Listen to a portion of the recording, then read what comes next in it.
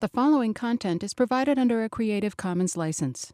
Your support will help MIT OpenCourseware continue to offer high-quality educational resources for free.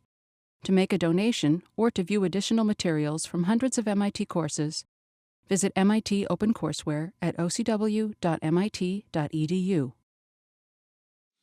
So it's my pleasure to introduce Professor Saman Amarasinghe as our guest lecturer today. So Saman Amarasinghe is a professor in the ECS department at MIT, and he's also the associate department head. He's an expert in compilers, domain-specific languages, and auto-tuning. In fact, he was the designer of the OpenTuner framework that you've been using for your homework assignments. So today, Saman is going to tell us about some of his recent work on domain-specific languages and also on auto-tuning. So let's give Saman Amarasinghe a round of applause. Thank you. Okay, so I used to teach this class for many years. Unfortunately, now I am administrator, so I don't. Julian and Charles get to have the fun teaching the class. So hopefully you guys enjoyed your. Now you're starting. You're done project 1, 2, and 3. And going into project 4. Yeah, project 4 is really fun and yeah. It will look big and daunting, but at the end, you'll enjoy it, and especially all the amount of time people spend working on it. So I think I'm making you scarier more than anything. So let's get into the talk today. So I'm going to talk to you about domain-specific languages and a little bit about auto-tuning, how it leads to auto-tuning. So why is domain-specific languages? So we are all used to general purpose languages that we use all day. And those languages are set up to capture a very large swath of what people might want to do in programming.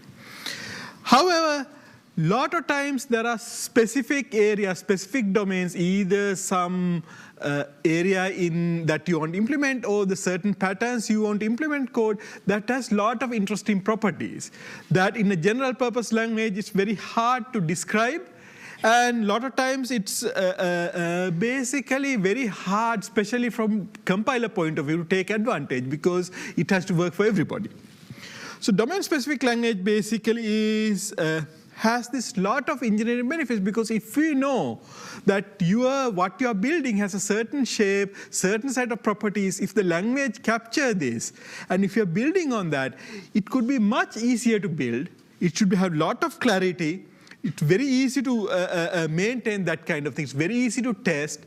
And also the other thing is it's very easy to understand because the domain is very clearly described. If you can build a library, but somebody can go and do weird things in a library. If it is built into the language, it's set in stone. You can't go and say, oh yeah, I'm going to change something here. Let me do some weird thing here. It's built into the language. So it stays there. It makes it much easier for programmability. But from my point of view, the domain-specific languages I really like are the languages where I know I can take advantage of knowledge of the domain experts to get really good performance.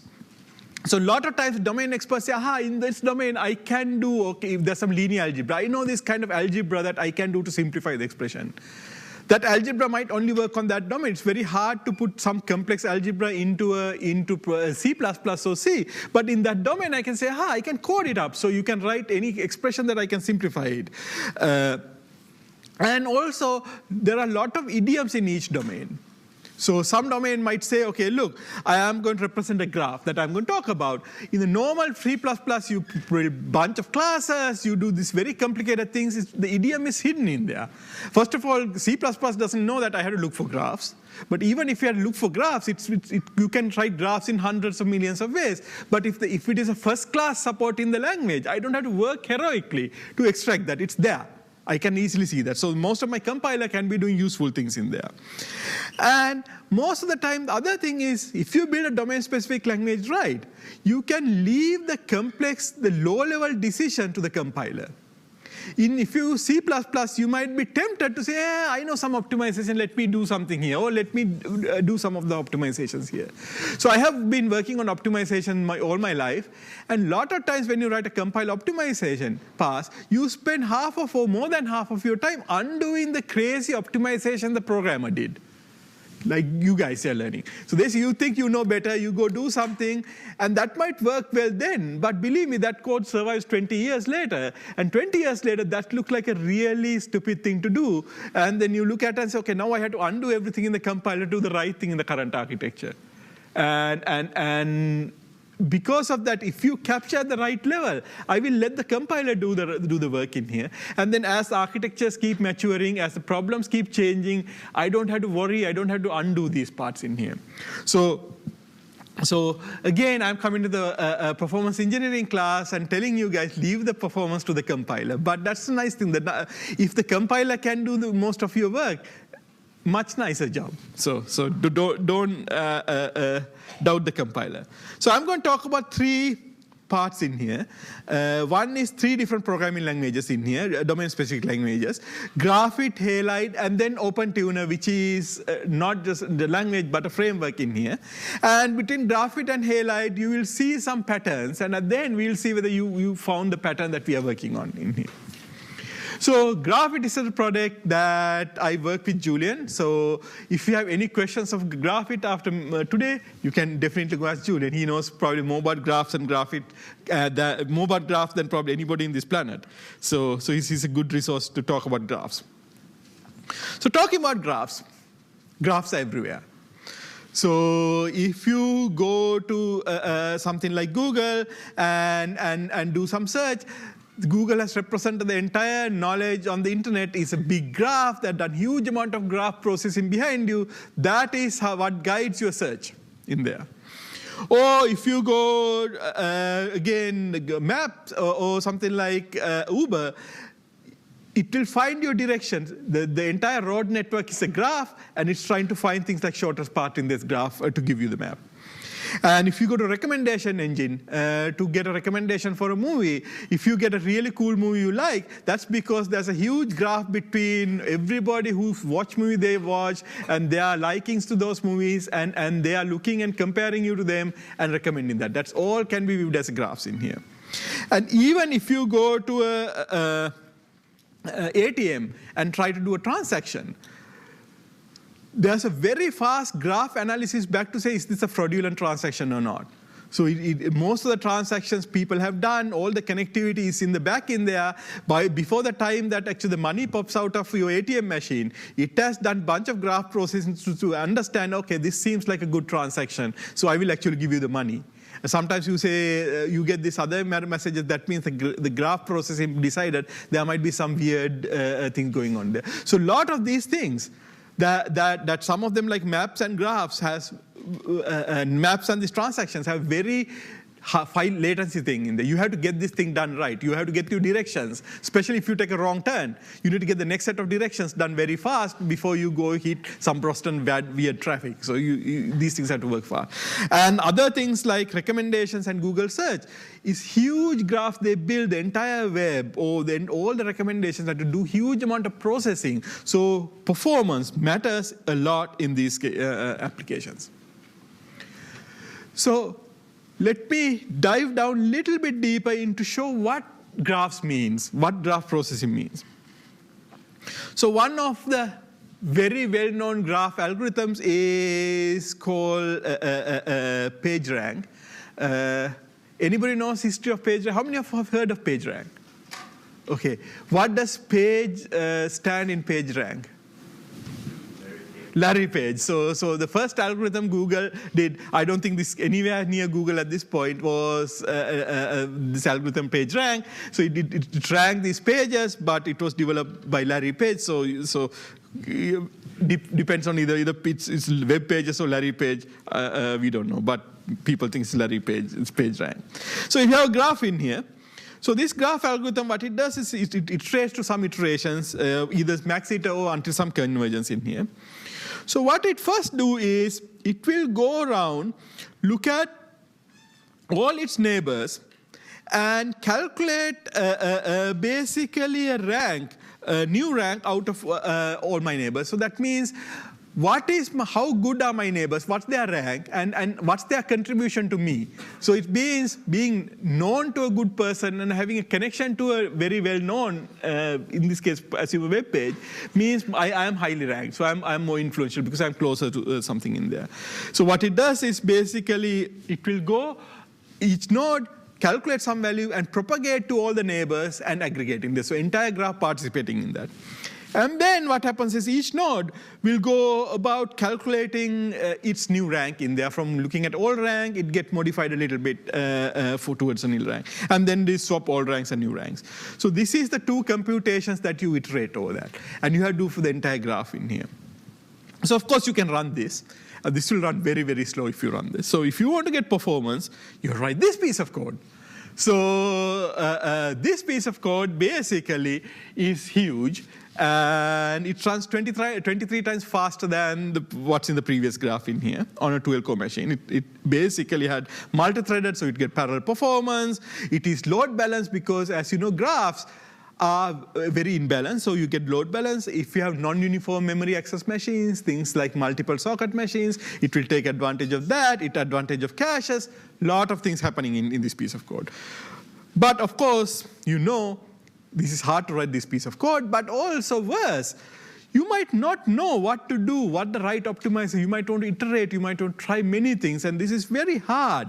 Every time you change something, if you say, I want to do something a little bit different, that I have to write a very complicated piece of code, get it all right, get everything working before I test in here.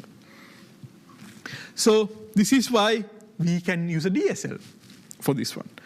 So let me go a little bit, talk about graph algorithms and say, this seems like a new set of pieces. So what do people do with graphs? So when they say graph algorithms, so I'm going to go a little bit deep down to show you what type of things represent these graphs. This one class of graph algorithms that are called topology-driven algorithms. That means the entire graph participates in the computation. For example, Google search. Before you do Google search, it will do an entire basically collection of all the web links. It will build this huge graph and do huge amount of processing to basically able to do the search in here. Recommendation engine. So probably few weeks or whatever it is, it will collect everybody's recommendations, have this huge data, and you're going to process that and do this recommendation engine. So this is applying for the entire graphs, and sometimes billions or trillions of nodes have to go into this computation. Another set of algorithms is called data-driven algorithms. So what that means is you start with certain nodes, and then you keep going to its neighbors and its neighbors processing data in here as we do that. And the kind of algorithms that fit in this category are things like if you have a map. If I have to find the shortest path, that means I have probably two paths. I don't have to get in from direction from here to Boston. I don't have to go through New York, nodes in New York. I just have to go through my neighbors connected in there. So I am basically operating on a certain area with some connections and processing that in there. So these are data-driven algorithms. So I might have a huge graph, but my computation might only work on a small region or a small part of the graph in these algorithms. So when you're traversing through a graph, doing that, there are multiple ways of doing graph traversals. And this is why optimization is hard, because there are many different ways of doing things, and each has different set of outcomes you can get. So assume a lot of graph algorithms. I need to get something from my neighbors. Okay? One way to get something my neighbors is I can calculate what all my neighbors might want and give it to all the neighbors and, in there. Or I can go change all the neighbors to update my value. So what do you think? Okay, you have done some programming in here. What do you think about this? Is this a good way? So if I want to update everybody, I will calculate what I want to do, and I'll go change everybody, all my neighbors.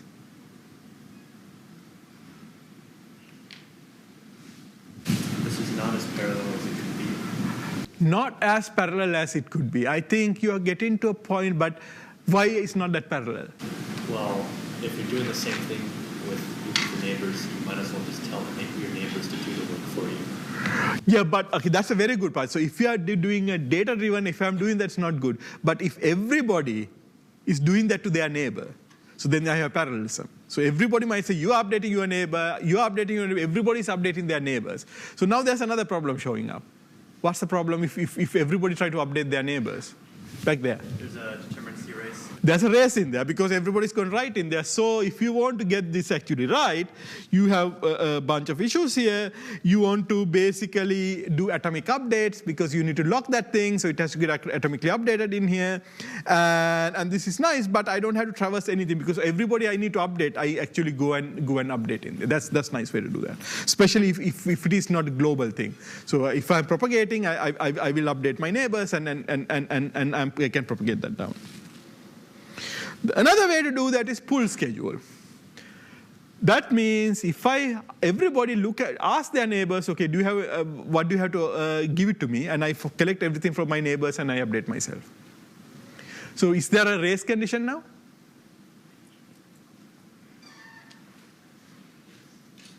How many people say there's a race? How many people think there's no race? So what happens is I'm reading from all the neighbors. Everybody's reading from the neighbors, but I'm only updating myself. So because of that, I'm the only one who's writing me, so I don't have a race. So it's very nice you don't have a race. But I might, if I'm doing a data-driven transformation, I might not know that I need to get updated because the update comes from that person, and that means I might be asking you, do you have anything to send? And you might say no. So in that sense, I might basically doing a lot of extra computation than necessary because I might not know that I have a data I need to get, but I have to ask you whether I should do this. But I don't have any basically need to do any synchronization. Another interesting thing is I can take this graph and I can basically partition the graph. And once I partition the graph, I can basically say, okay, this core get this graph, this core get this graph, or this processor node get this graph. What's the advantage of partitioning a graph? Why do I want to partition a graph, large graph, into small pieces?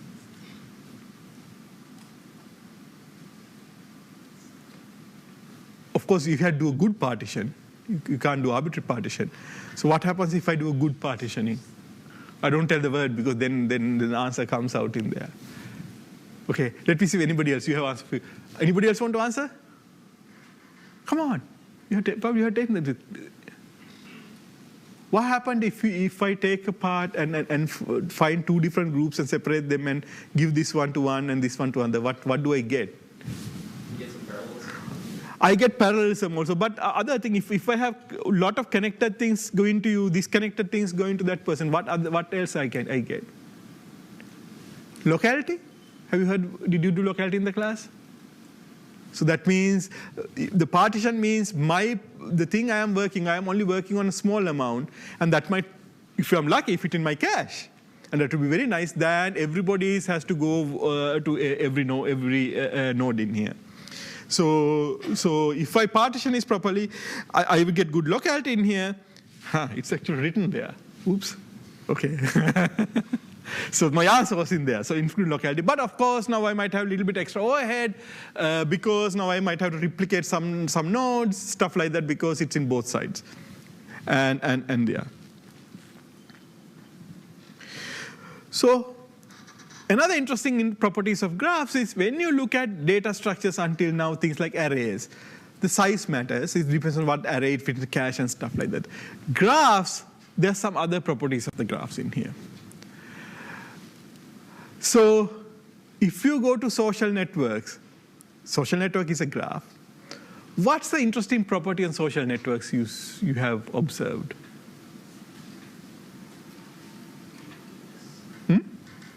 Connectedness. There are people like me that probably have 20 friends in there and has a very little number of connections. And then there are celebrities who have millions of connections in here. So the interesting thing is if you look at a social network graph, you have this relationship called power law relationship. That means there's exponential code. There are some people here like very well-known celebrities that might have millions and millions of users in here, connections in neighbors or likes or whatever it is in that node. And there are people like me sitting here that has very little people connected to the rest of the world. So this is normally, people have observed this big social network type graphs, you have this kind of exponential relationship in here. So web has exponential relationship, a social network has this kind of relationship in there. So those things you have to do very interesting thing when you process these graphs, because there are certain connections that matter, certain nodes that matter a lot, has a big impact than other nodes. Then there are other graphs that have a bounded degree distribution. If you have a road network, the maximum connection, probably you might have an intersection that has 6 roads coming together in there. You don't have a million roads connecting it to one place anyway in there, so that doesn't happen. So this is lot more flatter, lot more bounded degree distribution graphs in here. They have lot of excellent locality in here because, of course, all the roads in Cambridge might be connected, but roads in Cambridge can be separated from roads in New York City. So they are separate, they are locality, nice locality in this kind of graph. So even if you say the graph is the same size, the shape of the graph matters in computation a lot of times. So what happens is now when you want to operate on these graphs, you have to look at 3 interesting properties.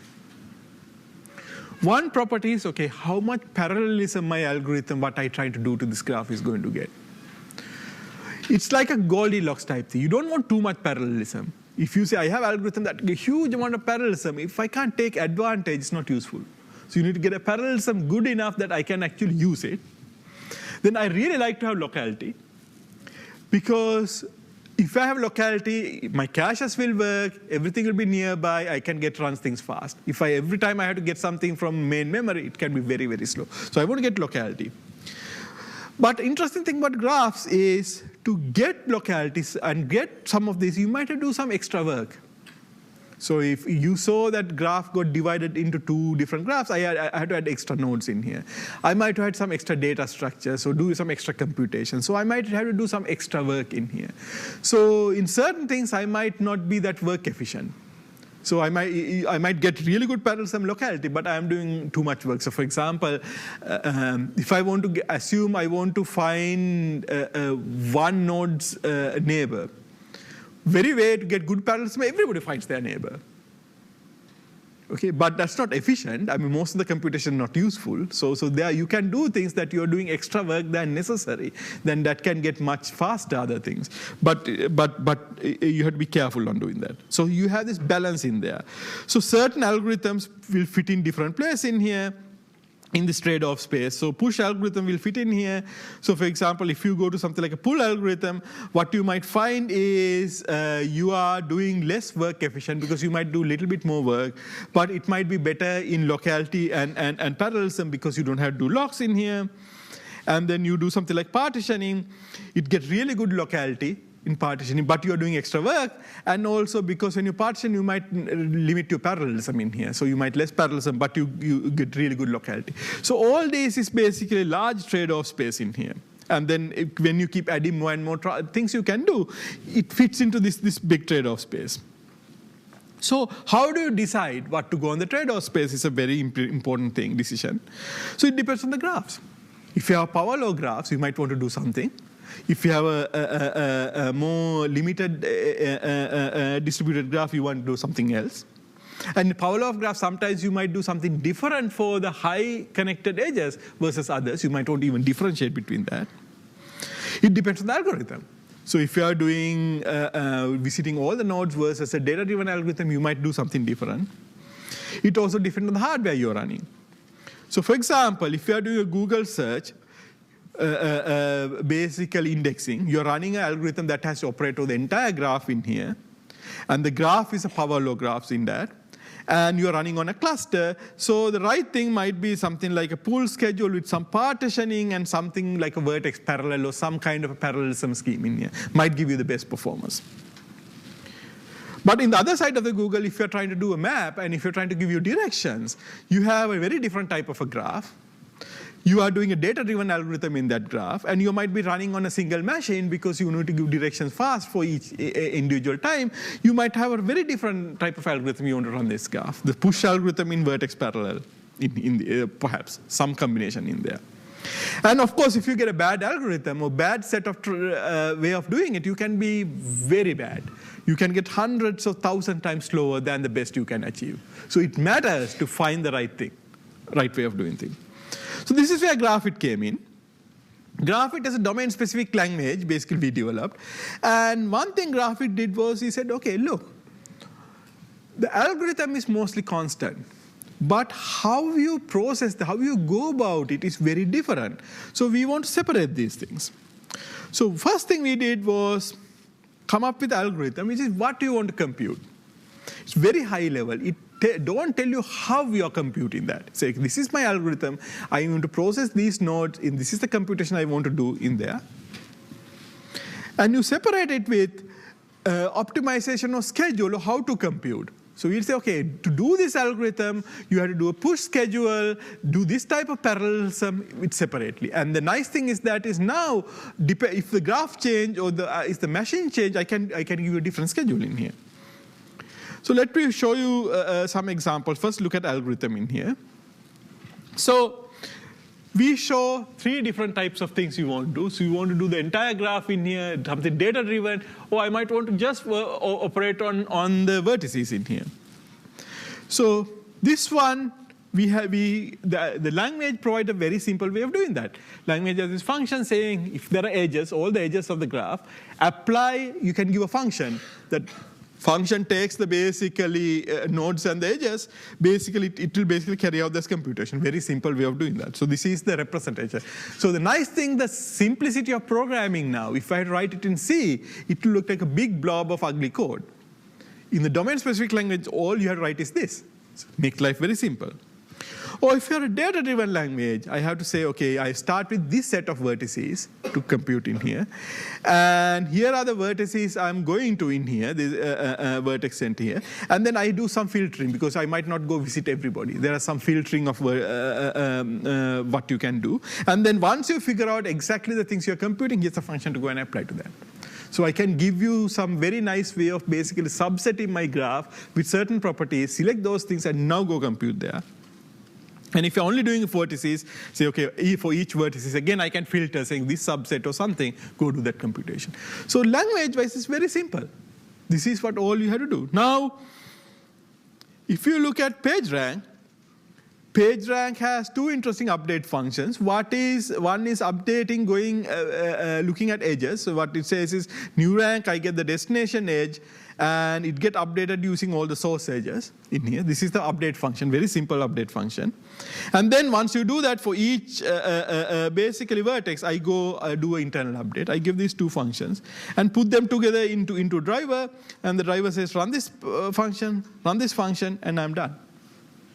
Okay, so I can write this code at higher level, much simpler, much nicer, much more elegant way. It's much easier to understand. It's easier than even the simple C++ code to understand what's going on if you write it in this way. So this is the first advantage of a domain-specific language. I can do this. Then the next thing you can do is now I can come up with this schedule. So schedule should be easy to use, and it should be powerful enough. I should be able to get the best speed up possible, because I can tell you all the crazy things I can do to the code. So here's my program here for PageRank. And so what I can do is, for this algorithm, I can provide this schedule in here. And this schedule basically says, okay, look at this guy, S1. I marked it in there. For S1, I want to do sparse push type computation. This is how I want to process this one. And then, by looking at that, I can generate a pseudocode that looks like this, that basically first go through the source node, because I'm doing push from source to destination. And then I'm going through all the destination nodes of that source, and I'm going to actually go update them.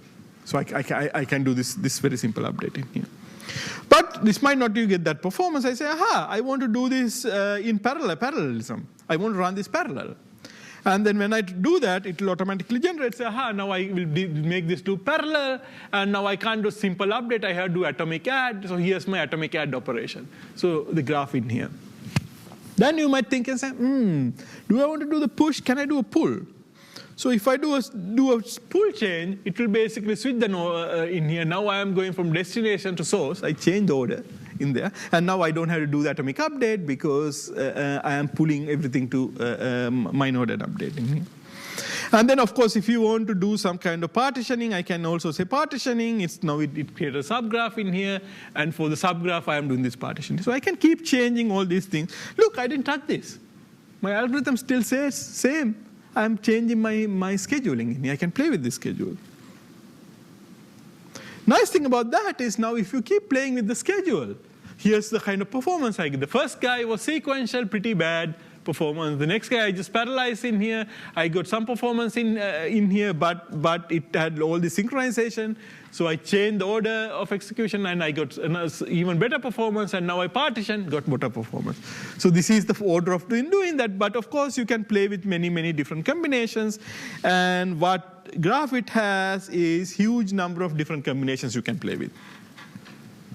So there are a lot of different optimizations you can do. Direction optimization, push, pull, doing a sparse den, different parallelization, cache, Neum optimization, and also data layout, things like structures of arrays, array of structure layout, additional data structures that simplify computation. All these things I can specify in here. And then you can play with it. It's not clear which one wins. It depends on the algorithm, depends on the graph shape, graph size, depends on the machine you run. So most of the time, if you are a performance engineer, you'll be trying different things and look at the performance and say, this doesn't get good cache behavior. OK, let me try different things. So you want to iterate. And these iterations you want to do fast, and this will do that. So let me tell you a little bit of results. So this is I have to explain. This is a little bit of a complicated graph in here. So what we looked at was run against a bunch of different benchmarks, a bunch of different frameworks that do graphs. So what this says is, here's a program, PageRank, run on a graph, live journal graph in here. One means it ran the fastest. This ran about 8% slower. This ran 50% slower. This ran 3x slower and 8x slower for that graph. The interesting thing is, as you add more different graphs, the performance changes. So in fact, even though we ran fastest for this rod graph, it's a very different type of graph, this framework got the fastest result because the graph is different. So it might be doing something that's better. The interesting thing is, since we have, because most of other frameworks will have a couple of built-in things they try. They don't give you all this ability to try all this optimization. They say, I know this. This is really good. I will do that. It works for certain things, not for everybody. And so if you look at the entire different breadth first search, connected components, shortest path, algorithms, what you find is some frameworks are good sometimes. They might be really bad in other times too. Either some algorithms, some type of data, they can be really bad. So this algorithm was really kind of good at this data set, but really bad in this data, and really kind of not good in this algorithm. We are most of the time good all the time. The reason is we don't make few decisions. In GraphIt, what it will do is it will give you this ability to kind of try different things. And depending on the graph, depending on the algorithm, some optimizations might work better than the other. This is exactly what you guys have been doing in the class. You're trying different optimizations by hand. And the difference is, every time you thought about optimization, you had to go change the entire program to make that work. Here, you just change the scheduling language one line, recompile, run, measure, and you can do this fast. Any questions so far before I switch gears?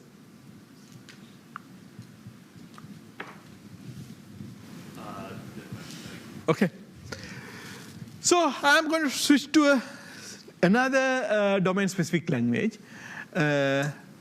You will find a lot of similarity, a lot of parallelism in here. This was intentional. I could have talked about many different domain-specific languages, but I took another one that almost has kind of a mirror similarities of what's going on. And you will see a pattern in here, hopefully. And after this, I will ask you what the patterns are. This language is Halide. It was originally developed for image processing. And the graphs focus on the sparse graph data structures. Halide's focused on, because images are dense regular structures, you do regular computation on the images and you process this thing. And you have very complex pipeline, like for example, camera pipeline do many very complex algorithms to the image before you get from the bits coming out of your CCD to the beautiful picture you see in Facebook. And the primary goal of Halide was we want to match and exceed the hand-optimized performance, basically. This was the part we want to do. And we want to reduce the rote amount of programming that normally a performance engineer has to do to achieve this thing. And we want to also increase the portability, ability to take that program from different machine to different. So let me give you an example. Here's a 3x3 blur example. So what this does is these two loops go in the x direction and do a blur in x direction, get the average the three values next to each other. And then it will go, the result of that, do it in y direction and average that. Okay? Very simple filter that you might want to do for image. You can run this. This is a valid C code. But if you want to get performance, you want to generate this guy. This thing, on the other hand, ran about 11 times faster than this one. This has done tiled, it has fused multiple loops, it has vectorized, it has multi-threaded, it had to do some redundant computation I'll get to a little bit later, and it basically gives a near roofline optimum performance. That means it's using the machine resources to this max, because this has a bunch of floating point operations, so it's basically floating point unit is running at the max performance. So there's nothing much else you could do to this one. But you have to write this thing, and this is not that easy. So this project started some time ago with one of the person who did it going to Adobe. He went to Adobe, and they had this thing called a local Laplacian filter in Camera Raw and Lightroom Pro and Photoshop projects in here. The reference implementation was about 300 lines of code. But the implementation that they used was about 1,500 lines of code. It took 3 months of one of their best engineers to get to that performance. But it made sense because that engineer was able to get 10x faster by trial and error for this piece of code. It's a non-trivial piece of code in here to do that. So the student, Jonathan, who's now a professor at Berkeley, he basically in one day, in 60 lines of Halide, he was able to beat 2x of Adobe code in some sense. And then Adobe those days didn't generate any code for GPUs because they decided GPUs are changed too fast. And they can't keep up updating for GPUs in every generation. Then because of that, the Adobe applications were not using GPUs. So if you run Photoshop, it's not going to use a GPU, even your machine has a GPU. So Jonathan still had some time left in the day. So he said, OK, let me try to write on GPUs. So he just basically, the same code, he changed the GPUs and got 9x faster than the fastest Adobe had ever had for this piece of code. So how do you do it?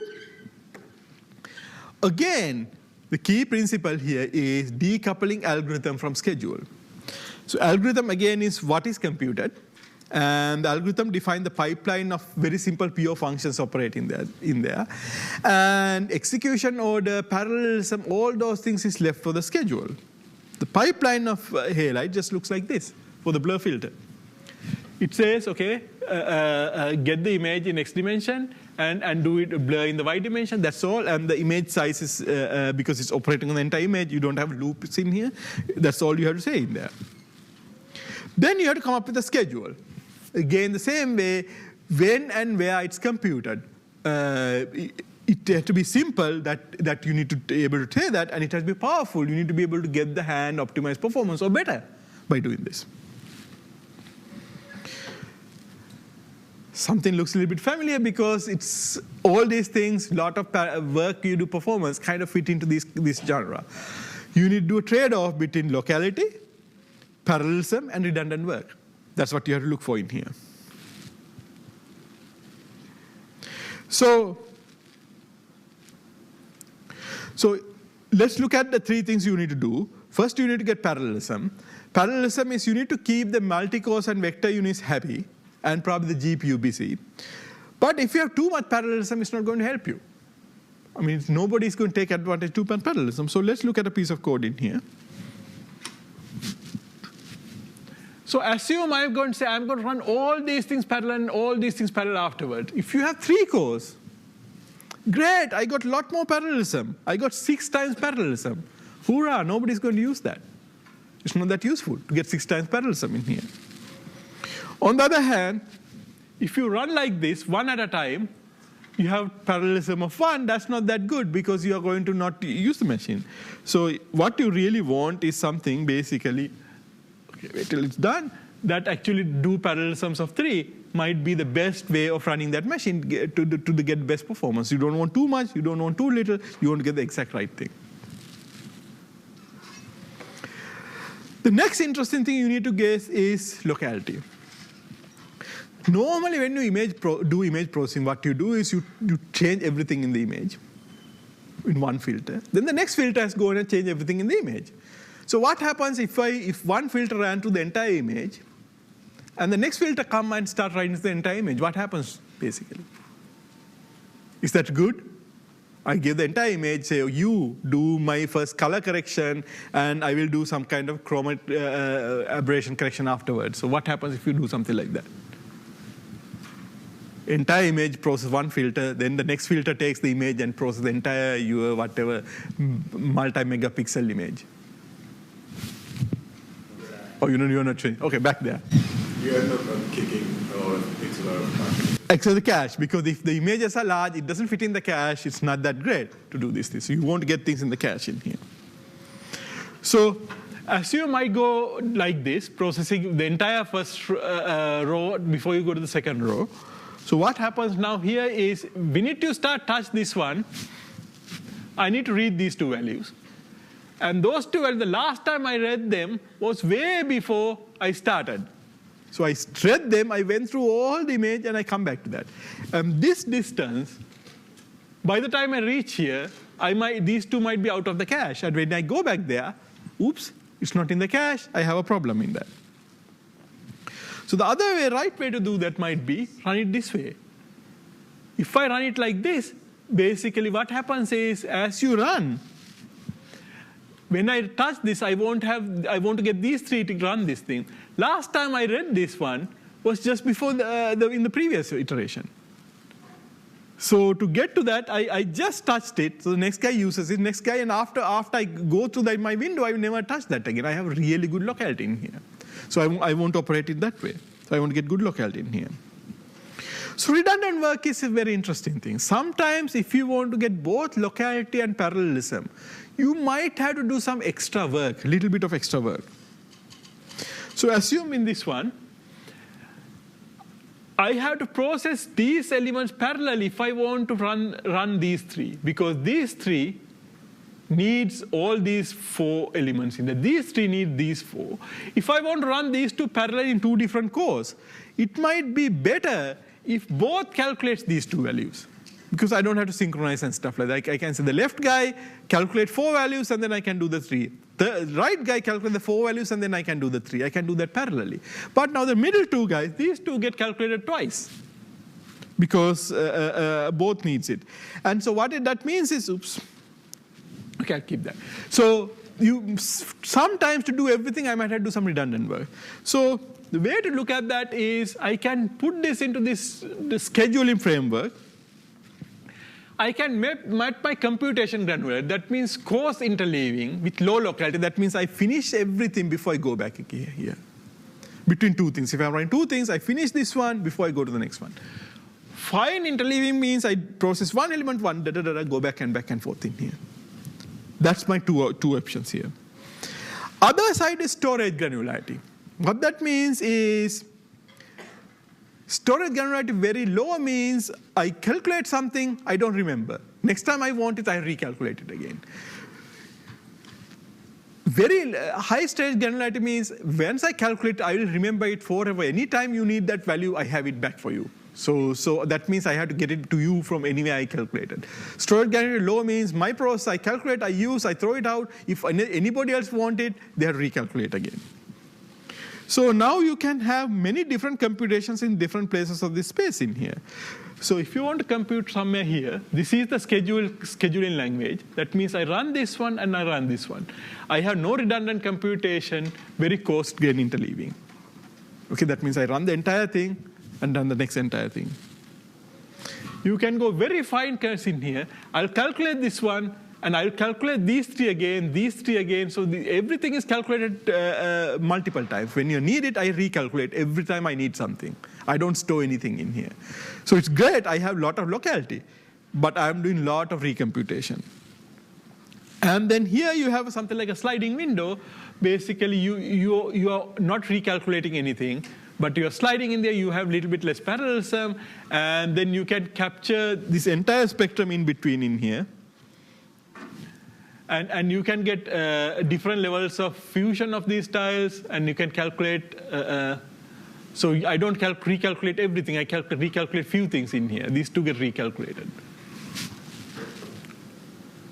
And then you can, I'll go through this fast in some sense. You can do all these operations. So here's the interesting thing. So here's I'm showing you different schedules at different points in here. So I'm going to run this game. This is on time. So what it says is this is the two you're going to the first input, in the middle one, the output in here. So this is all locality, lot of redundant work, good parallels of locality, all parallels have not good locality. Here's some kind of intermediate thing. So what it shows is these are no good. A good balance between locality, parallelism, redundant work seem to do really well. This guy finished the fastest.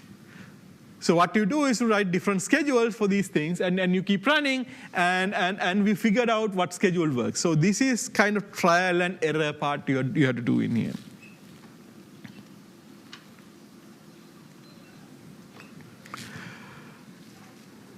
So if you look at what's going on in here, what you see here is there's some example. This bilateral filter computation here.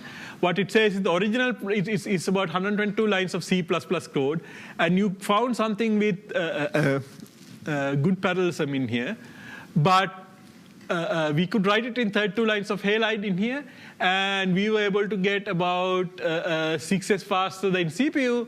But the best algorithm was somebody hand wrote for the paper on GPUs. And what it did was it gave up some parallelism for much better locality. And if you give us some parallelism, much better locality, because we can optimize in that, we got faster than their handwritten algorithm. So we can change something. Here's again another algorithm that is doing segmenting in here. And it was written in MATLAB. And MATLAB is a lot less lines of code, of course. But in Halide, it's a little bit more line because you're not just calling library functions. And Halide was 70 times faster. And if you run it on GPU versus MATLAB, it's about 1,000 times faster. It's not because you are running bad MATLAB loops. In fact, what MATLAB did was it called very well hand-optimized libraries. But the problem with calling libraries, there's no locality. I call a really fast library for first routine. It runs it really fast. And then you call the next routine that has to touch the entire image again. And now my image is completely off the cache. So what happens is between these very fast libraries, you're bringing the image from cache. And when you have something like a library, you can't fuse library functions together. In Halide, we can fuse them together and say, oh, I take this line of the image and I will do everything on that before I move to the next thing. So I can do much faster. My feeling is each function, probably the MATLAB was faster because they have a handwritten really fast thing. But the copying of data from moving from cache, the cache effects, was really slowing it down. So here's the thing that we showed before. This is a very complicated algorithm. It's what you call a pyramidal algorithm. So what it does is you take an image in here, and you divide it into a bunch of blocks in here in each level of pyramid, and you do some computation, you do some lookup, and do some upsampling in here. You do some addition computation and compute that. And then you create more and more small and smaller images in here. You basically create image pyramid in here. And so to do this right, it's not that simple. What that means is each of this level, there are different balances you want to do. If you have a lot of data, parallelism is not that important at that point because you have parallelism anyways. You probably have to focus a lot more on locality. But when you get to this smaller amount, I think parallelism matters. So you have to come up with very interesting balances between those. So many things to tune at every level. There's no 3 things. There's hundreds of different levels. So nice thing about Halide is you can play with all these things. You can play with all these different concepts and figure out which actually gives the fastest performance in that. So, little bit of, I would say, bragging rights in here for Halide. Halide left MIT about, I think, 6 years ago, and right now it's everywhere in Google. So it's on Android phones. It started with Google Glass, doesn't exist anymore, but in that. And in fact, all the images, all the videos uploaded to YouTube right now, they do front-end processing, and that processing pipeline is written in Halide. And they switched to Halide because Halide code was about, I think, 4 or 5% faster than the previous version, and 4 or 5% faster for Google was multi-million-dollar save for them because there's so many videos getting downloaded from that. So recently there's a Photoshop announcement that's saying they have a iOS version of Photoshop from Adobe. They just announced it. I don't think it's even out yet. And the entire Photoshop filters are written in this new version using Halide.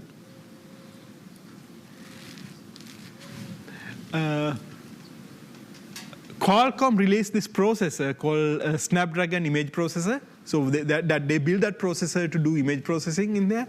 And the programming language to program that processor is basically Halide. So you write the code in Halide. So that is the kind of the assembly level that makes it available for this in here. And also Intel is using that. So there's a lot of use of this system at this point, which is really fun to see academic project get into a point it's very heavily used.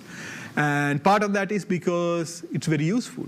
Because people realize they need to optimize these code because cameras and stuff, performance matter. And instead of having some poor engineer spending months in a corner just trying out those things, you can try the same things and a lot more by doing it faster.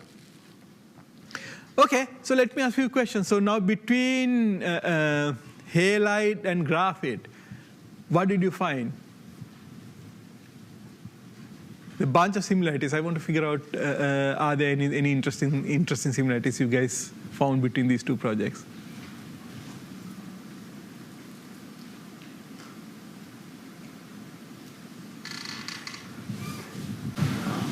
They both allow you to try optimizations really fast. So part of that is also, lot of times compilers are kind of black box. We know everything, just feed us. We will give you the really fast code. And the problem is they are never the fastest. So if you really care about performance, you get 90% and you get really frustrated. Now what do I do? But this was, okay, I am not going to, you are better judge what to do, but I will make you the life simpler. So we still want the performance engineer. It's not the person who just don't understand performance feed, you get fast code. We need a performance, but we want to make performance engineers' life easier. So both of them said, okay, we need performance engineers. We can't automate it. We don't know how to automate all these things. There's too much complexity. But we will let you, performance engineer, explain what to do, but you'll make your life very simple. What else?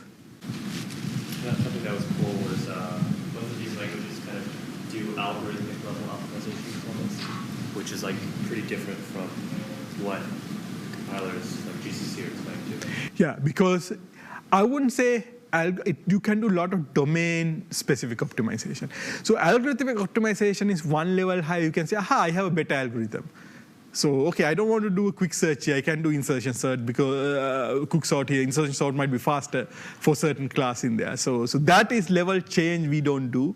Or worse yet, I can say, like this happens in a lot of things like machine learning. Yeah, if I just drop a number here, I'm okay. I don't have to get the computer exactly right. Oh, yeah, I don't have to calculate everything. If I calculate for 10 people, it's good enough. So that kind of changes you can't do because that's very contextual. Like, for example, a lot of time, if you are doing things like machine learning, there's no right answer. You need to have a good answer. So sometimes good means you can not do certain things, and you need to find what things you cannot do that you get huge benefit, but you don't lose that much. That level you can't do that. That's the next level of part is saying, okay, how do you do that? How do you, somebody say, okay, look, I can train it for 10 iteration versus 100. 10 is good enough. I can't, if your code is written to train for 100 iteration, I can't tell you, oh, yeah, 10 is good enough. That is decision that has to be a lot higher level than what I can make. So there's an interesting level that can still exist in top of that, which we can't automate that easily, but we might be able to make still a language, like a scheduled language, give you that option. That's a cool option to give. Say, like, try some of these things that actually will change the algorithm. But within the algorithm, that means I will still give the same answer. I will try different things.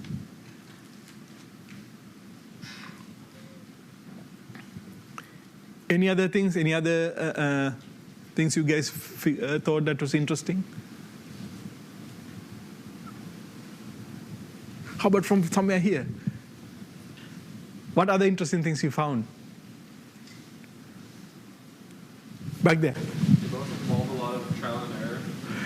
Yes, both involve a lot of trial and error. I mean, this is the modern computer systems, everything is extremely complicated. There's no right way of doing things when you look at this pretty large piece of code.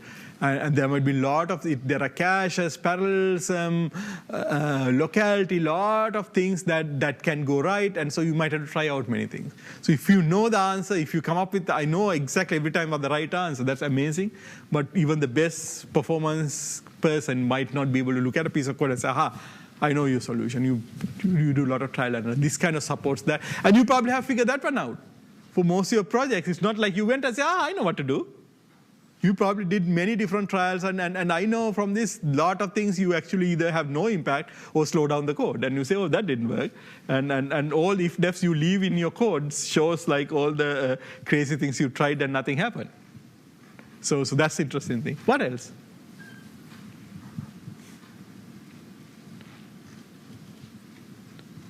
Anything else a little bit differently that you say on this one?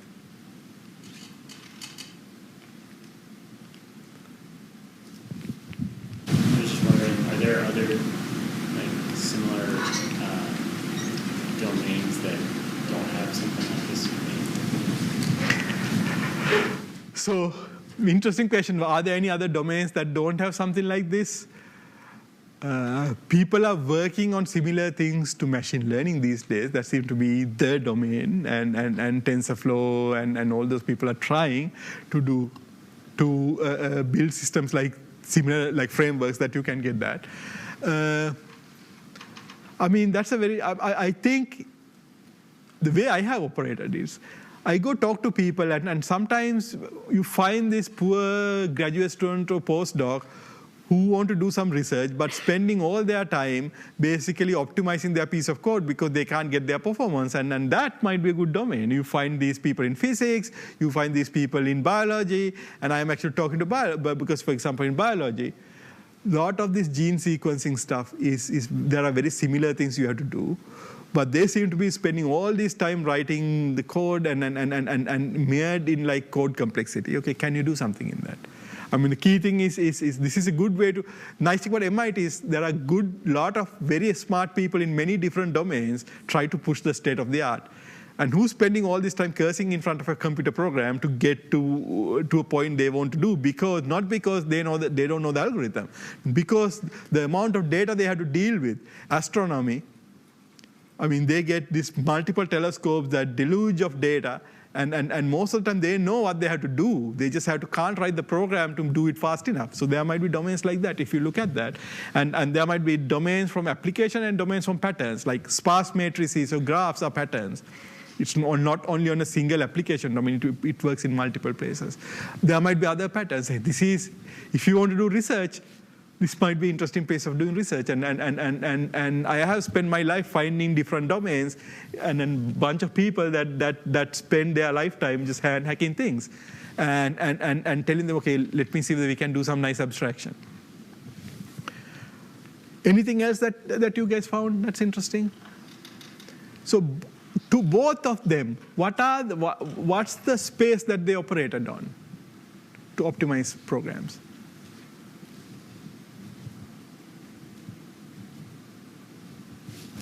Specific data format. Data format. Now, what I'm saying is what are the things that you're trying to optimize? There's a nice space of 3 different things: parallelism, locality, and redundant work. My feeling is, as you go as a performance engineer, that's going to be your life. If I had additional things, there might be algorithmic things that you completely get rid of work. But most of the time, all of you will be, if you're doing performance, will be working on some kind of a multi-core vector GPU type units. You have to get parallelism. So getting parallelism is important. But then, if you don't have locality, it doesn't matter, because most of the time you're waiting to get data from all the way from memory, so you have to get good locality. And then a lot of times you can do that really well if you do some extra computation, but if you do too much extra things, that's going to overwhelm, that's not going to be helpful. So it's all about playing with this. You go to final project, that's exactly what you're going to do. You might say, if I can do some extra work, okay, I can do this faster, but oops, now this extra pre-compute pass or whatever is not, I can't amortize the cost. So these 3 things that you're iterating over that. So that's one interesting thing. Other thing is, we made it available for the programmers to do this scheduling language. But can you think of a way to make it a little bit easier for programmers? They're doing a scheduling language, what can I do? What's the nice thing about scheduling languages? It's very simple. It has a very simple pattern.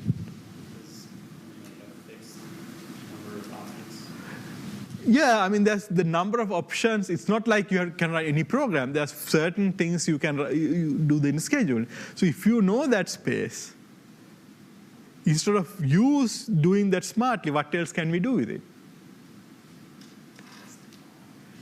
Test them all. That's one approach there. We can do auto-tuning. So that switched into the auto-tuning part of this talk.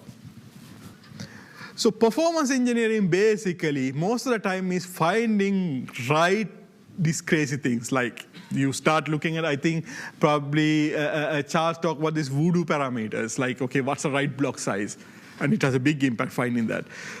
And your memory allocation project, you have to find the right strategy. Right memory allocations. You search through a bunch of these things. Even GCC compiler, there are, I think, about 400 different flags for GCC. And you can actually get factor of 4 performance by having esoteric 200 flags into GCC. It's crazy. And that 200 flags is not the same for every program. And of course, some programs will crash in some flags, but most of the time it will slow down or speed up. So you can just give all the flags of GCC and auto-tune that, and you can get factor of 2 to 4 performance in there. It's just crazy. And because it do weird things in there, and O1, O2, O3 will only do certain amount. So O3 it's not always right. You can try all these things. So you can tune that. And scheduling Halide, scheduling GraphIt, all these things can be auto-tuned. So before auto-tuning, when you have a large search space, what do we normally do? The thing that when we think we are smart, what we do is we build models. We have a model for a cache and say, okay, we understand the cache, we have all these nice models in here, and using the model I can predict, this is the right block size. So what's the problem when you try to do a model?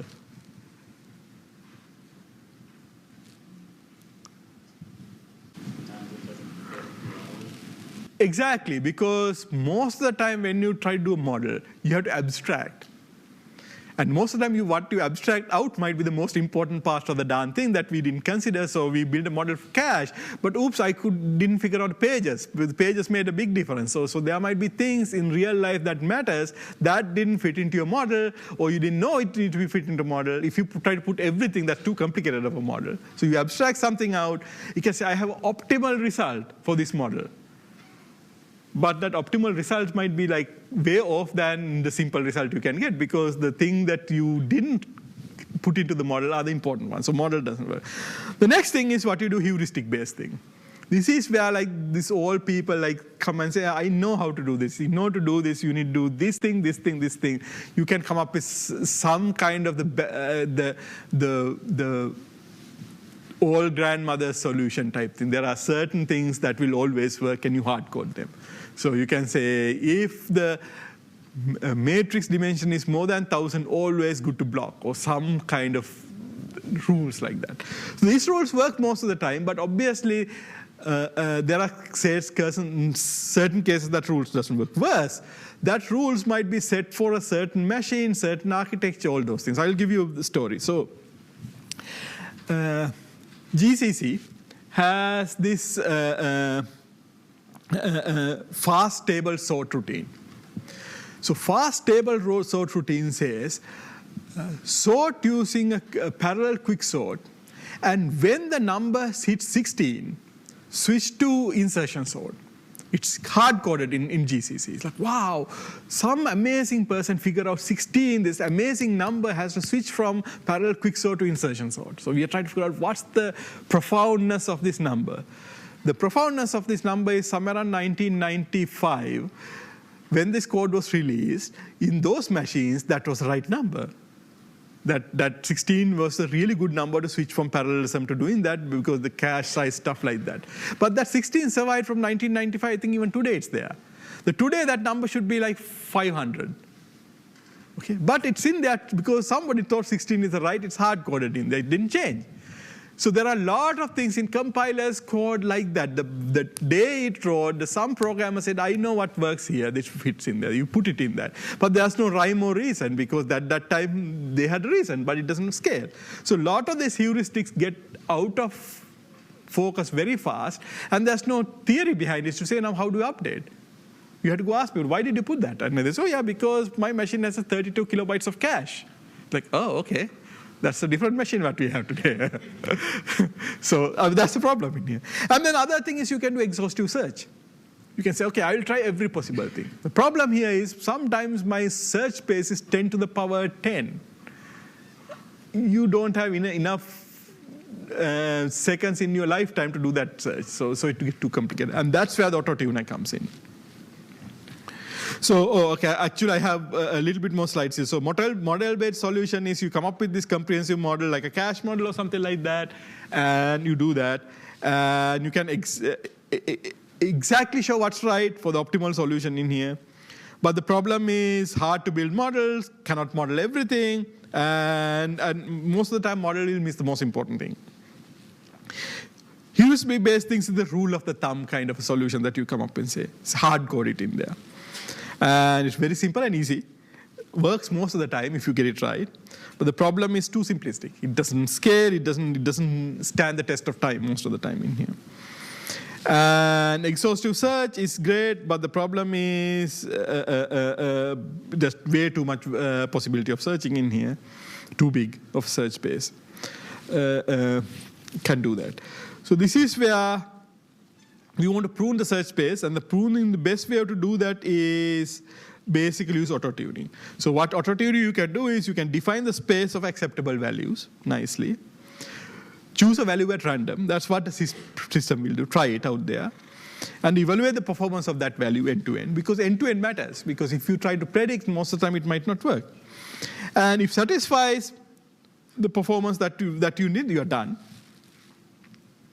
Otherwise, choose a new value and iterate over this. Go to 3 in that. So this is the kind of thing. And what you have to do is you need to have a system to figure out how to do it fast. Basically, what space to basically do that, when to basically think you're done, and how to go through the iterating through that. So this is the kind of its cartoonish way. What happens is you give a value, you compile the program, you run it with a bunch of data. You have to run it with a bunch, otherwise you're overfitting. You can't run it with one. And you get the results, and you get something like average, and you go through this loop in here. And what OpenTuner has done is come up with the ensemble of techniques. So the idea there is when you're searching through a space, you might be at the bottom of a hill of the space. So what that means is there's certain value, if you keep improving value, that you're getting it better and better and better. And at that time, something like a hill climber, something like Nedlamede hill climber can actually give you the best performance. You're going very fast in there. But minute you arrive at the top of the hill for that parameter, oops, there's no place to go. So that if you try to do hill climb, it's not going to be helpful. So at that time, what you want to do is do something like a random search in here. So what this system do, OpenTuner, you do it will basically test this request in there. And if something is doing very well, it will give it more time. If not, what it will do is it will say, okay, look, this technique is not working, let's try something else. It will basically allocate the time in here. So it do this search much faster than otherwise you can do. So I want to finish this by showing what you did for Autotuning for GraphIt. So you have algorithm and you have a schedule. It's pain to write this schedule. In fact, there's a good interesting thing. It's like when you do Halide, we decided, okay, it should be similar to write the algorithm for Halide and the schedule. Google very fast realized many people want to use Halide, and they at about 2 years, they had about hundreds of programmers who can write the algorithm, but they only had 5 people who could write the really good schedule. To write a really good schedule, you need to understand a little bit of the algorithm, you need to understand a little bit of the architecture, a little bit of everything. And that's much harder for people to learn. So getting the schedule right is not that easy. And same thing in here, because you need to understand a lot. Unless you do kind of random, you can search like arbitrary, but to do it right, you need to know a little bit more. So what we can do is we can basically give some idea about the graphs and some idea about the algorithm in there. We can auto-tune these things in there and then generate the schedule. And so what we found was to generate this schedule, if you do exhaustive search, it runs for days. But if you're using Autotuner, OpenTuner, you can find a really good schedule for in less than 2 hours. And in fact, a few cases we found schedules that were better than what we thought was the best possible schedule, because it was able to search much better than our intuition would say in here. And even if our intuition, no, it has more time to try many different combinations and try something better in here. So that's all I have today.